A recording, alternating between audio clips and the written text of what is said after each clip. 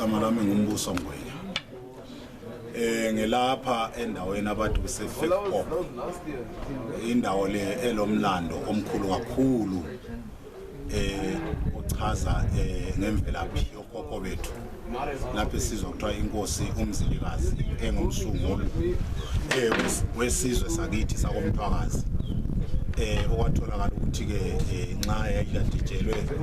izinhloli zayo zabesuthu ukuthi izwe leli bengathithi selithethwe isizwe samabhunu ngesikhathi bebest le eMahalisi kuthiwa wathumela izinduna singabala omkhaliphi ukuthi bezoyivikela le ndawo nokulapha sizokuthiwa yahlabana kakhulu lapha ezakithi ezagcina zihambe nezinkomo ezibalelwa ku-6,000 nokuyilapho isizwe kuthiwa yamabhunu noma nje ngokomlando siubona lapha sibona ukuthi uchazwe nganxanye ngingazi kodwa ke ukhomba ukuthi lo mlando lapha uchazwe kakhulu esayidini labo ngoba bathi bona bafelwa ngabantu ababili kuphela ngapha kwelo hlangothi kwafa abantu ababalelwa ku-6,000 nokuyinto I mean 600 nokuyinto eshiya umbuzo ukuthi kambe ungafelwa ngabantu abangu-600 uphinde uwina izinkomo ngoba kuthiwa bathatha inkomo ezibalelwa ku-6,000 lapho nezimvu ezibalelwa ku-50,000 kuyamangalisa ukuthi wena ungathi uwinile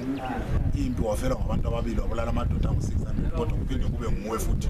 othathela izinkomo nokuyinto mhlawumbe sifisa ukuthi ngelinye ilanga umlando lo ukudingisiswe kahle sibone iqiniso layo lapho likhona. Yebo kambe kungenzeka ngoba nxa sizwa entabeni leyane laphayana okuyiyona okuthiwa intaba yaseFekpop kukhanya ngazuthi kuthiwa babe nezinqola zabo lezi okuthiwa ngama-lagers okuthiwa babezakhe zaba ngumkhumbi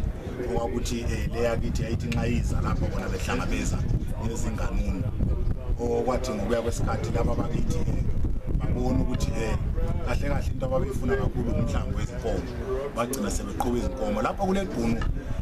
elalidume kakhulu elikuyilona lali lapha sibona namanje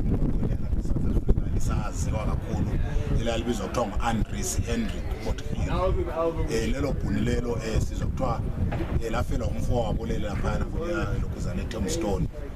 sengimlibele igama lakhe lapho sizokuthiwa phakathi kwaleso senzo laba bakithi benelisa ukuthumba izingane